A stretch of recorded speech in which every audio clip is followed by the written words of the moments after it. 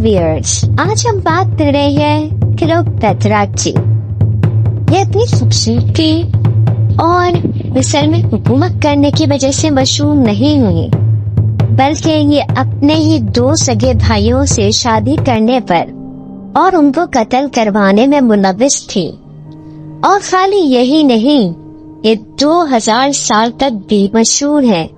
तो आखिर इसने ऐसा क्या काम किया था कि लोग आज तक इसकी बात करते हैं? तो जानते हैं आज हम वो राज। ये कहानी हजरत ईसा से 300 साल पहले से भी ज्यादा पुरानी है।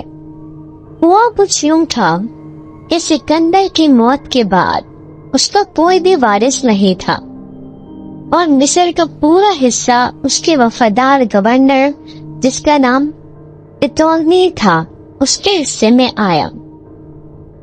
फिर आहिस्ता आहिस्ता 300 साल तक मिस्र की सल्तनत कमजोर पड़ती चली गई और रोम की सल्तनत ऊपर आती चली गई।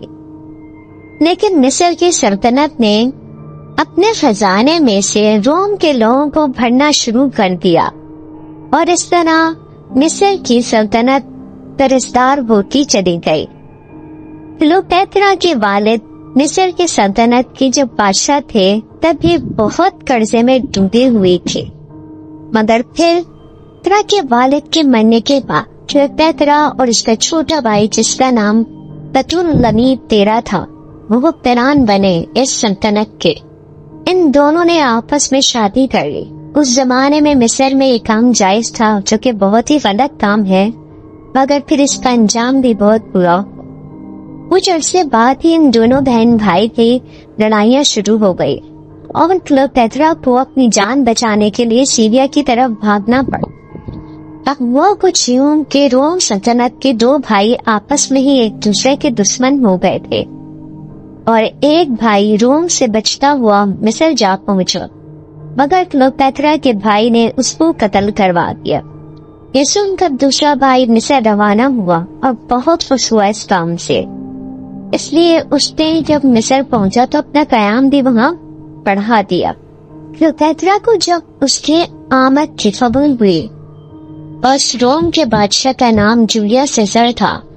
फिर क्लियोपेत्रा किसी भी तरह करके जूलियस सीजर जहाँ ठहरा हुआ था उसकी आरामगाह पहुंच गई और वो बादशाह उसको देखते ही क्लियोपेत्रा का दीवाना हो गया।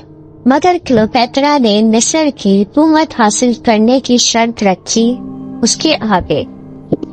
उसके बाद उसकी शर्त सुनकर उस बादशाह ने वादा कर दिया कि वो क्लियोपेत्रा की मदद करे और फिर ऐलान जंग हुआ, जिसमें क्लियोपेत्रा का छोटा भाई मारा गया और फिर क्लियोपेत्रा को मिस्र की सल्तनत सौंप दी गई।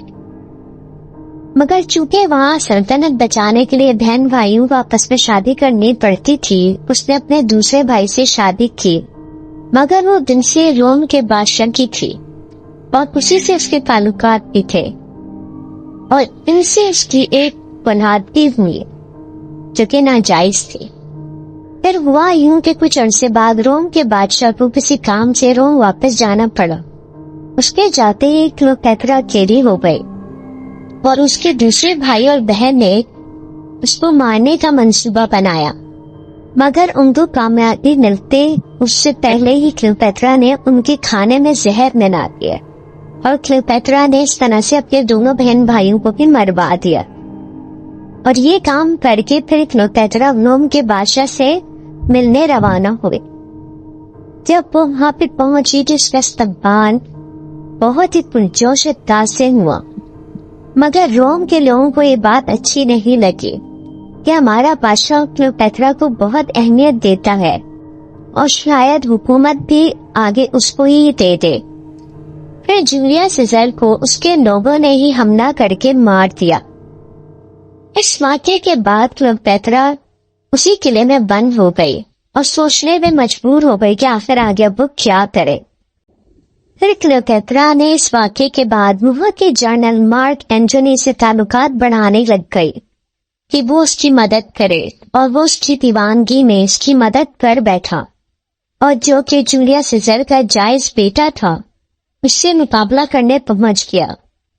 यहाँ पे एक बात बताती चलूं कि जूलियस सीजर का जायज बेटा भी था और भी कई औलादे थी, मगर जो जनरल मार्क एंटोनी था वो इस जंग में हार गया और उसको शिकस्त हो गई और ये वही मर गया और क्लेयोपेत्रा को कैद कर दिया गया। मगर कहते हैं कि क्लेयोपेत्रा ने अपनी शिकस्त को तस्लीम न किया और उसने उस जेल के अंदर ही किसी सांप से अपने आप को दसवाया या जहर पिया और वो उसी कैदखाने में मर गई और दम तोड़ गई। ये थी क्लेयोपेत्रा की कहानी। अगर मेरी वीडियो पसंद आई हो तो मेरी वीडियो को लाइक कर दीजिए।